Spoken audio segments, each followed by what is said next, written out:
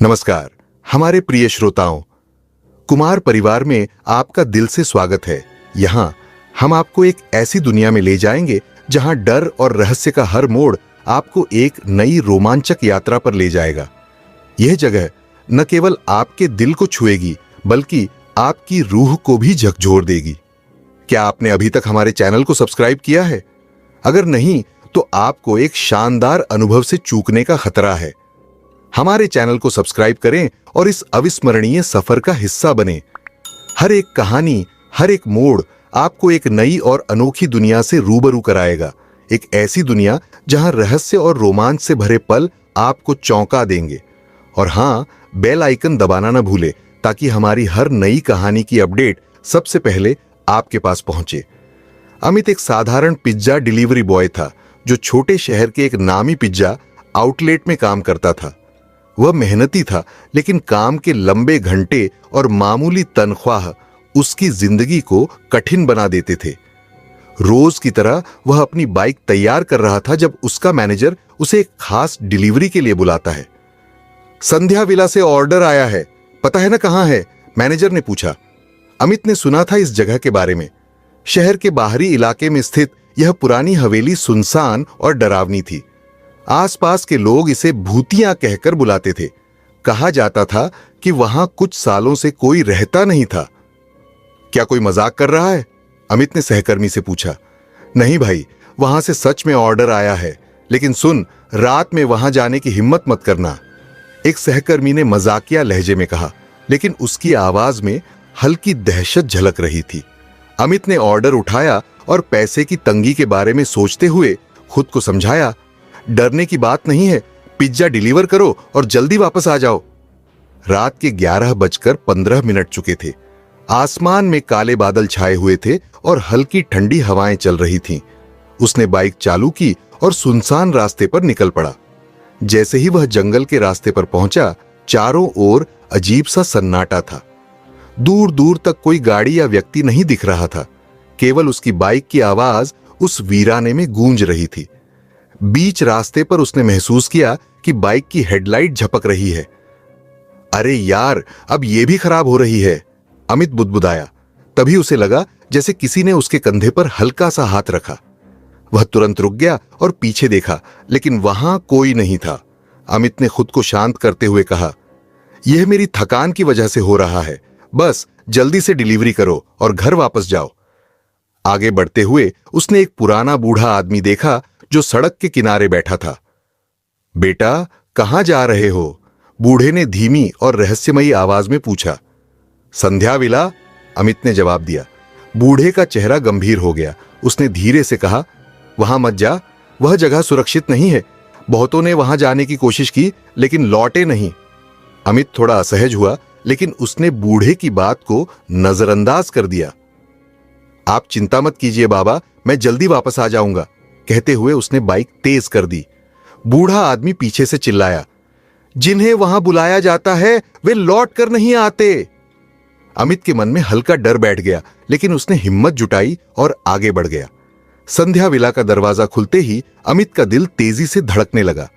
बंगले के भीतर से ठंडी हवा का झोंका आया, जिसमें नमी और पुरानी लकड़ी की गंध थी। उसने झिझकते हुए गेट को पार किया और भीतर कदम रखा। बंगले के चारों ओर गहरा सन्नाटा था। कमरे की दीवारों पर पुरानी पेंटिंग्स टंगी थीं, जिनमें किसी शाही परिवार के सदस्यों की धुंधली तस्वीरें थीं।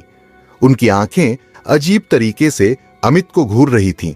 फर्श पर धूल जमी थी, लेकिन उसके बीच में अजीब चिन्ह बने हुए थे, जैसे किसी अनजाने तांत्रिक अनुष्ठान के अवशेष।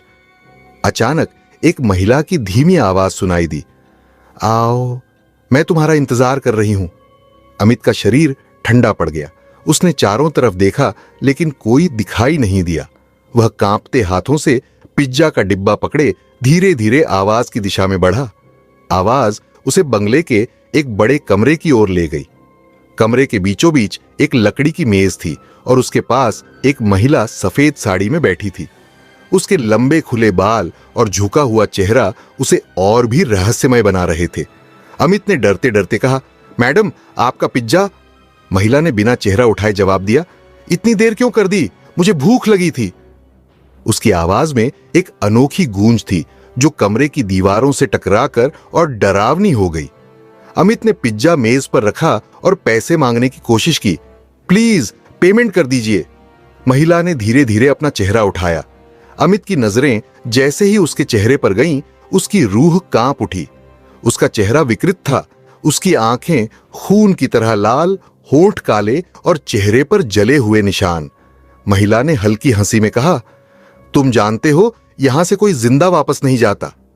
अमित ने घबराकर कमरे से भागने की कोशिश की, लेकिन जैसे ही वह दरवाजे की ओर बढ़ा, दरवाजा अपने आप बंद हो गया। कमरे की दीवारों पर लगे दिए अपने आप जल उठे और हर कोने से वही महिला की हंसी गूंजने लगी। उसकी आवाज हर तरफ से गूंज रही थी, तुमने इस हवेली में कदम रखा है, अब तुम्हारा अंत निश्चित है। अमित समझ नहीं पा रहा था कि यह सब सच है या उसका वहम। वह दरवाजे को जोर जोर से खटखटाने लगा, लेकिन वह टस से मस नहीं हुआ। उसकी आंखों के सामने जंगल में मिले बूढ़े आदमी की बात गूंजने लगी, जिन्हें वहां बुलाया जाता है वे लौट कर नहीं आते। अमित को अब एहसास हुआ कि उसने बहुत बड़ी गलती कर दी है। उसकी सांसें तेज हो गईं, लेकिन तभी एक आवाज आई, अगर बचना चाहते हो तो भागने की कोशिश मत करना, मेरी भूख तुमसे शांत होगी। अमित दीवार से सटा खड़ा था। उसका दिल तेजी से धड़क रहा था और पसीने से तरबतर उसकी हथेलियां दरवाजे को धक्का देने की कोशिश कर रही थी, लेकिन दरवाजा जैसे पत्थर का बन चुका था। चारों ओर वही अजीब गूंज, महिला की धीमी डरावनी हंसी और हवा में फुसफुसाती हुई आवाजें। अब तुम मेरे हो, महिला की गूंजती आवाज सुनाई दी। अमित ने जैसे ही पीछे मुड़कर देखा, वह महिला अब पूरी तरह बदल चुकी थी। उसकी आंखें जलती हुई लाल थीं और बाल बिखरे हुए हवा में लहर रहे थे। उसकी लंबी नुकीली उंगलियां अमित की ओर बढ़ रही थीं। अमित डर से कांपते हुए बोला, तुम कौन हो और मुझे क्यों फंसा रही हो?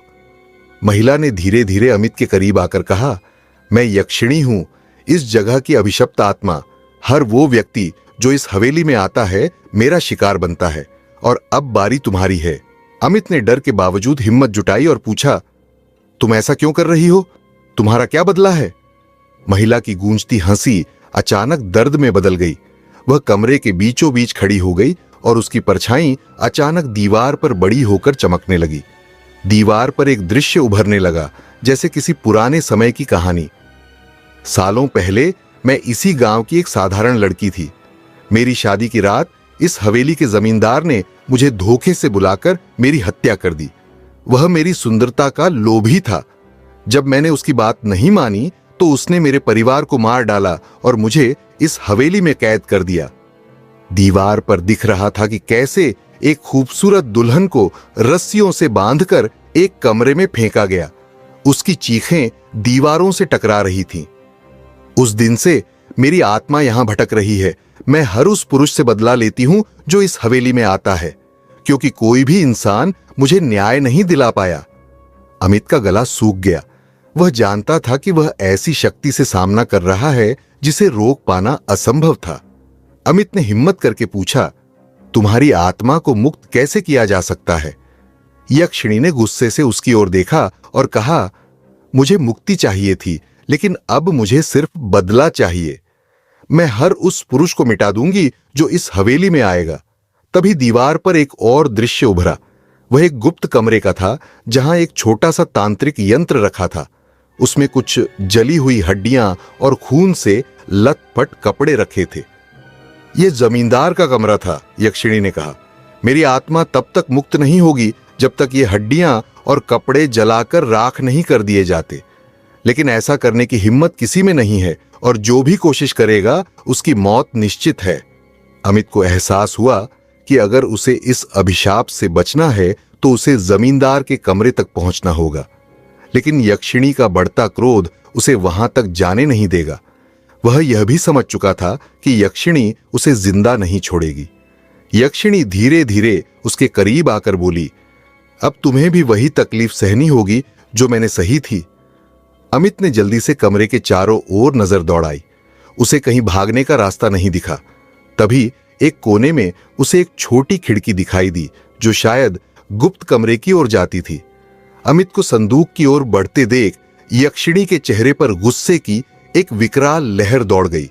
उसकी आवाज पूरे कमरे में गूंजने लगी। उस संदूक को छूने की हिम्मत मत करना, यह मेरी तकलीफ और मेरे अभिशाप का प्रतीक है। कमरा अचानक तेज हवा और झटकों से भर गया। चारों ओर धूल और अजीब सी आवाजें फैलने लगीं। दीवारों पर पड़ी परछाइयों ने अजीब सा जीवन ले लिया, जैसे वे अमित को रोकने के लिए आगे बढ़ रही हों। अमित ने संदूक के पास पहुंचने की कोशिश की, लेकिन जैसे ही उसने हाथ बढ़ाया, वह अचानक पीछे की ओर फेंक दिया गया। उसे एक अजीब सी ऊर्जा ने जकड़ लिया। तुम जानते हो यह संदूक क्यों खास है? यक्षिणी ने पूछा। अमित ने डरते हुए कहा, तुम्हारी आत्मा को मुक्त करने का तरीका यही है ना? यक्षिणी ने अजीब सी हंसी में कहा, मुक्ति? हां, लेकिन यह इतना आसान नहीं है। संदूक को खोलने का मतलब है मेरे दर्द को महसूस करना, और उसके बाद तुम्हारा अंत निश्चित है। यक्षिणी ने अमित को फिर से दीवारों पर उभरते अतीत के दृश्य दिखाए। जमींदार ने मुझे कैद किया था। उसने तांत्रिक के साथ मिलकर मेरे शरीर को नष्ट कर दिया, लेकिन मेरी आत्मा को बांध नहीं सका। इसलिए यह संदूक मेरे अभिशाप का केंद्र है। अमित ने महसूस किया कि यक्षिणी का गुस्सा केवल जमींदार पर नहीं था, बल्कि इस दुनिया पर भी था, जिसने उसके दर्द को अनदेखा कर दिया। तुम सब एक जैसे हो, स्वार्थी, क्रूर और निर्लज्ज। अब मैं हर किसी को वही दर्द देती हूं जो मैंने सहा, यक्षिणी ने चीखते हुए कहा। अमित को समझ आ गया था कि अगर उसे इस डरावनी स्थिति से बाहर निकलना है तो उसे संदूक खोलना ही होगा। उसने दिमाग में एक योजना बनाई। वह यक्षिणी से बात करते हुए समय खींचने लगा। अगर मैं तुम्हारे अभिशाप को खत्म करने में मदद करूं तो क्या तुम मुझे जाने दोगी? यक्षिणी ने उसे घूरते हुए कहा, यह केवल मेरी इच्छा पर निर्भर करता है। तुम सिर्फ एक खिलौना हो। सड़क के किनारे खड़े लोग उसे घूर रहे थे। उनके चेहरे पर गुस्सा और दर्द था, जैसे वे उसे पहचान रहे हों। अमित का शरीर कांपने लगा। उसे समझ में नहीं आ रहा था कि यह सब सच है या उसका भ्रम। अमित एक सुनसान इलाके में पहुंचा। अचानक उसकी बाइक रुक गई। वह बाइक से उतरकर आसपास देखने लगा। तभी अंधेरे में से एक आदमी बाहर आया। वह अजीब तरीके से चल रहा था। उसकी आंखें खाली थीं। तुमने मुझे क्यों बुलाया? उस आदमी ने अमित से पूछा। अमित पीछे हटते हुए बोला, मैंने तुम्हें नहीं बुलाया। तुम कौन हो? आदमी की आंखें लाल हो गईं। उसने डरावनी आवाज में कहा, तुम अब इस अभिशाप के मालिक हो। अब तुम्हें मेरी आत्मा को शांत करना होगा। अमित चौंक गया। उसे समझ आ गया कि यक्षिणी की कही बात सच हो रही थी। अब वह हर उस आत्मा को शांत करने के लिए बाध्य था जो अधूरी रह गई थी। अमित ने भागने की कोशिश की, लेकिन उस आत्मा ने उसे पकड़ लिया। तुम बच नहीं सकते, आत्मा ने कहा। अब तुम्हें हमारा बोझ उठाना होगा। यह तुम्हारा अंत नहीं, बल्कि शुरुआत है। अमित का मन डर और पछतावे से भर गया। उसने यक्षिणी के अभिशाप को खत्म करने की कोशिश की थी, लेकिन अब वही अभिशाप उसके जीवन का हिस्सा बन चुका था। अमित का जीवन अब पूरी तरह बदल चुका था। वह अभिशाप का नया वाहक बन गया था। उसे हर रात एक नई आत्मा का सामना करना पड़ता, जो किसी अधूरी कहानी, दर्द या प्रतिशोध से बंधी हुई थी। यक्षिणी का दिया अभिशाप अब उसकी आत्मा में बस चुका था। अमित शहर की एक पुरानी गली में खड़ा था। अंधेरी रात में एक तेज हवा का झोंका उसके चेहरे से टकराया। वह जानता था कि यह साधारण हवा नहीं थी। एक बार फिर उसे अपनी बाइक की आवाज में बदलाव महसूस हुआ। ऐसा लग रहा था जैसे बाइक उसे किसी ओर खींच रही हो।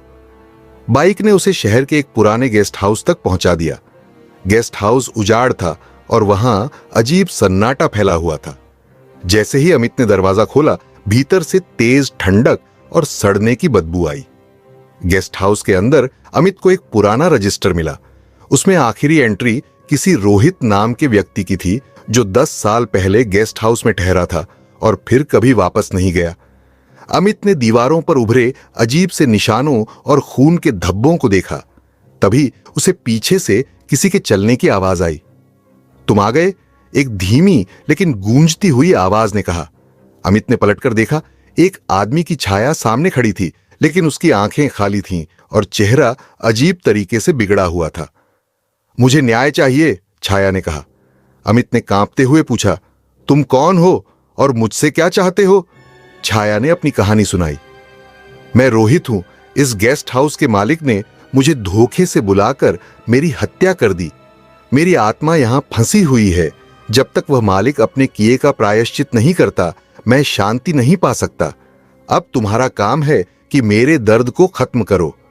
अमित ने समझा कि यक्षिणी के अभिशाप ने उसे इन अधूरी आत्माओं का समाधान ढूंढने के लिए बाध्य कर दिया है। अमित ने डरते हुए कहा, लेकिन मैं एक आम इंसान हूं, मैं तुम्हारे लिए क्या कर सकता हूं?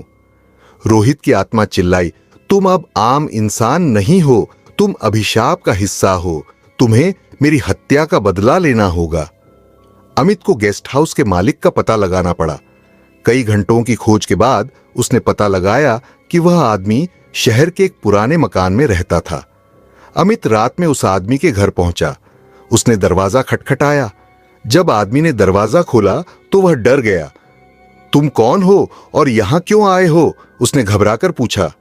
अमित ने गुस्से से कहा, रोहित की आत्मा को शांति चाहिए। तुमने उसकी हत्या की थी और अब तुम्हें उसका प्रायश्चित करना होगा। मालिक ने हंसते हुए कहा, तुम्हें लगता है मैं डर जाऊंगा? मैं और भी आत्माओं को मार चुका हूं, वे सब मेरे अधीन हैं। अमित को एहसास हुआ कि यह आदमी सामान्य इंसान नहीं था। वह एक तांत्रिक था जिसने कई आत्माओं को अपनी शक्ति बढ़ाने के लिए कैद कर रखा था।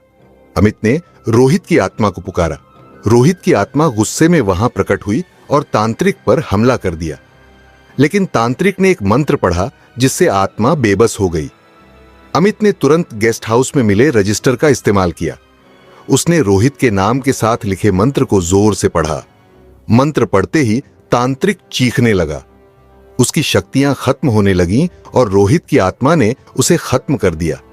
रोहित ने कहा, तुमने मेरा बदला लिया, अब मैं शांति से जा सकता हूं, लेकिन याद रखना तुम्हारी जिम्मेदारी खत्म नहीं हुई। अमित ने पूछा, क्या मतलब और कितनी आत्माएं हैं? रोहित ने एक गूंजती हुई आवाज में कहा, यह अंतहीन है। तुमने यक्षिणी का अभिशाप लिया है। जब तक हर आत्मा को मुक्ति नहीं मिलती, यह खेल चलता रहेगा। अमित का जीवन अब पूरी तरह से बदल चुका था। यक्षिणी के अभिशाप ने उसे न केवल एक शिकार बल्कि एक न्यायाधीश बना दिया था।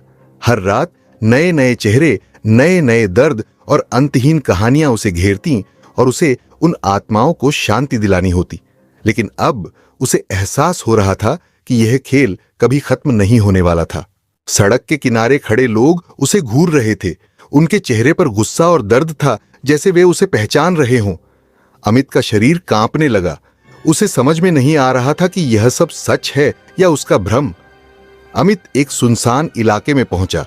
अचानक उसकी बाइक रुक गई। वह बाइक से उतरकर आसपास देखने लगा। तभी अंधेरे में से एक आदमी बाहर आया। वह अजीब तरीके से चल रहा था। उसकी आंखें खाली थीं। तुमने मुझे क्यों बुलाया? उस आदमी ने अमित से पूछा। अमित पीछे हटते हुए बोला, मैंने तुम्हें नहीं बुलाया। तुम कौन हो? आदमी की आंखें लाल हो गईं। उसने डरावनी आवाज में कहा, तुम अब इस अभिशाप के मालिक हो। अब तुम्हें मेरी आत्मा को शांत करना होगा। अमित चौंक गया। उसे समझ आ गया कि यक्षिणी की कही बात सच हो रही थी। अब वह हर उस आत्मा को शांत करने के लिए बाध्य था जो अधूरी रह गई थी। अमित ने भागने की कोशिश की, लेकिन उस आत्मा ने उसे पकड़ लिया। तुम बच नहीं सकते, आत्मा ने कहा। अब तुम्हें हमारा बोझ उठाना होगा। यह तुम्हारा अंत नहीं बल्कि शुरुआत है। अमित का मन डर और पछतावे से भर गया। उसने यक्षिणी के अभिशाप को खत्म करने की कोशिश की थी, लेकिन अब वही अभिशाप उसके जीवन का हिस्सा बन चुका था। अमित का जीवन अब पूरी तरह बदल चुका था। वह अभिशाप का नया वाहक बन गया था। उसे हर रात एक नई आत्मा का सामना करना पड़ता, जो किसी अधूरी कहानी, दर्द या प्रतिशोध से बंधी हुई थी। यक्षिणी का दिया अभिशाप अब उसकी आत्मा में बस चुका था। अमित शहर की एक पुरानी गली में खड़ा था। अंधेरी रात में एक तेज हवा का झोंका उसके चेहरे से टकराया। वह जानता था कि यह साधारण हवा नहीं थी। एक बार फिर उसे अपनी बाइक की आवाज में बदलाव महसूस हुआ। ऐसा लग रहा था जैसे बाइक उसे किसी ओर खींच रही हो। बाइक ने उसे शहर के एक पुराने गेस्ट हाउस तक पहुंचा दिया। गेस्ट हाउस उजाड़ था और वहां अजीब सन्नाटा फैला हुआ था। जैसे ही अमित ने दरवाजा खोला, भीतर से तेज ठंडक और सड़ने की बदबू आई। गेस्ट हाउस के अंदर अमित को एक पुराना रजिस्टर मिला। उसमें आखिरी एंट्री किसी रोहित नाम के व्यक्ति की थी, जो 10 साल पहले गेस्ट हाउस में ठहरा था और फिर कभी वापस नहीं गया। अमित ने दीवारों पर उभरे अजीब से निशानों और खून के धब्बों को देखा। तभी उसे पीछे से किसी के चलने की आवाज आई। तुम आ गए? एक धीमी लेकिन गूंजती हुई आवाज ने कहा। अमित ने पलटकर देखा। एक आदमी की छाया सामने खड़ी थी, लेकिन उसकी आंखें खाली थीं और चेहरा अजीब तरीके से बिगड़ा हुआ था। मुझे न्याय चाहिए, छाया ने कहा। अमित ने कांपते हुए पूछा, तुम कौन हो और मुझसे क्या चाहते हो? छाया ने अपनी कहानी सुनाई। मैं रोहित हूं। इस गेस्ट हाउस के मालिक ने मुझे धोखे से बुलाकर मेरी हत्या कर दी। मेरी आत्मा यहां फंसी हुई है। जब तक वह मालिक अपने किए का प्रायश्चित नहीं करता, मैं शांति नहीं पा सकता। अब तुम्हारा काम है कि मेरे दर्द को खत्म करो। अमित ने समझा कि यक्षिणी के अभिशाप ने उसे इन अधूरी आत्माओं का समाधान ढूंढने के लिए बाध्य कर दिया है।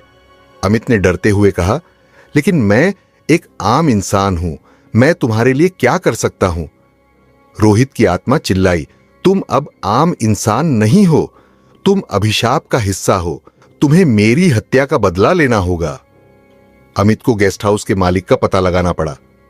कई घंटों की खोज के बाद उसने पता लगाया कि वह आदमी शहर के एक पुराने मकान में रहता था। अमित रात में उस आदमी के घर पहुंचा। उसने दरवाजा खटखटाया। जब आदमी ने दरवाजा खोला तो वह डर गया। तुम कौन हो और यहां क्यों आए हो? उसने घबराकर पूछा। अमित ने गुस्से से कहा, रोहित की आत्मा को शांति चाहिए। तुमने उसकी हत्या की थी और अब तुम्हें उसका प्रायश्चित करना होगा। मालिक ने हंसते हुए कहा, तुम्हें लगता है मैं डर जाऊंगा? मैं और भी आत्माओं को मार चुका हूं, वे सब मेरे अधीन हैं। अमित को एहसास हुआ कि यह आदमी सामान्य इंसान नहीं था। वह एक तांत्रिक था जिसने कई आत्माओं को अपनी शक्ति बढ़ाने के लिए कैद कर रखा था। अमित ने रोहित की आत्मा को पुकारा। रोहित की आत्मा गुस्से में वहां प्रकट हुई और तांत्रिक पर हमला कर दिया, लेकिन तांत्रिक ने एक मंत्र पढ़ा जिससे आत्मा बेबस हो गई। अमित ने तुरंत गेस्ट हाउस में मिले रजिस्टर का इस्तेमाल किया। उसने रोहित के नाम के साथ लिखे मंत्र को जोर से पढ़ा। मंत्र पढ़ते ही तांत्रिक चीखने लगा। उसकी शक्तियां खत्म होने लगीं और रोहित की आत्मा ने उसे खत्म कर दिया। रोहित ने कहा, तुमने मेरा बदला लिया, अब मैं शांति से जा सकता हूं, लेकिन याद रखना तुम्हारी जिम्मेदारी खत्म नहीं हुई। अमित ने पूछा, क्या मतलब और कितनी आत्माएं हैं? रोहित ने एक गूंजती हुई आवाज में कहा, यह अंतहीन है। तुमने यक्षिणी का अभिशाप लिया है। जब तक हर आत्मा को मुक्ति नहीं मिलती, यह खेल चलता रहेगा। अमित का जीवन अब पूरी तरह से बदल चुका था। यक्षिणी के अभिशाप ने उसे न केवल एक शिकार बल्कि एक न्यायाधीश बना दिया था। हर रात नए नए चेहरे, नए नए दर्द और अंतहीन कहानियां उसे घेरती और उसे उन आत्माओं को शांति दिलानी होती। लेकिन अब उसे एहसास हो रहा था कि यह खेल कभी खत्म नहीं होने वाला था। एक रात अमित अपने कमरे में बैठा था और उसे लगा जैसे कुछ बहुत खराब होने वाला है। अचानक कमरे की बत्तियां झपकने लगीं और अजीब सी आवाजें सुनाई देने लगीं। खिड़की से बाहर देखा तो अंधेरे में कुछ परछाइयां घूम रही थीं। उसने चौंकते हुए कहा, क्या तुम फिर से वापस आ गए हो? वह समझने लगा कि यह सिर्फ एक आत्मा नहीं थी, बल्कि पूरी एक सेना थी जो अब उसका पीछा कर रही थी। एक रात अमित अपने कमरे में बैठा था और उसे लगा जैसे कुछ बहुत खराब होने वाला है। अचानक कमरे की बत्तियां झपकने लगीं और अजीब सी आवाजें सुनाई देने लगीं। खिड़की से बाहर देखा तो अंधेरे में कुछ परछाइयां घूम रही थीं। उसने चौंकते हुए कहा, क्या तुम फिर से वापस आ गए हो? वह समझने लगा कि यह सिर्फ एक आत्मा नहीं थी, बल्कि पूरी एक सेना थी जो अब उसका पीछा कर रही थी। तभी कमरे में घबराई हुई आवाजें गूंजने लगीं। यह यक्षिणी की आवाज थी, लेकिन इस बार उसका स्वर थोड़ा अलग था। तुमने बहुत से आत्माओं को मुक्ति दी, लेकिन तुम भूल गए कि तुम्हारा काम सिर्फ शुरुआत है। हर आत्मा की मुक्ति तुम्हारी अंतहीन यात्रा का हिस्सा है। तुम जिस दर्द को खत्म करने का प्रयास कर रहे हो, वह कभी खत्म नहीं होगा। अमित ने डरते हुए पूछा, क्या तुम अब भी मुझे शांति नहीं दे सकती? यक्षिणी ने उत्तर दिया, तुम अब मेरी तरह बन चुके हो और यही तुम्हारा भाग्य है। इस खेल का हिस्सा बनकर तुम कभी भी मुक्त नहीं हो सकते। अब तुम्हें अपनी सजा भुगतनी होगी। अमित के मन में यह सवाल था, क्या वह कभी इन आत्माओं को पूरी तरह से मुक्त कर पाएगा, या फिर वह खुद उनके साथ सजा भुगतने के लिए अभिशप्त था? उसने बहुत कोशिश की, लेकिन जितनी आत्माओं को उसने शांति दी, उतनी ही नई आत्माएं उसे घेरती गईं।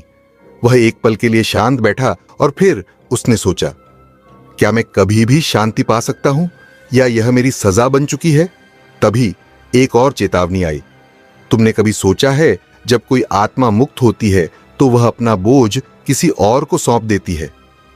अमित समझ गया कि यक्षिणी ने उसे एक ऐसे चक्र में फंसा दिया था जो कभी खत्म नहीं होने वाला था।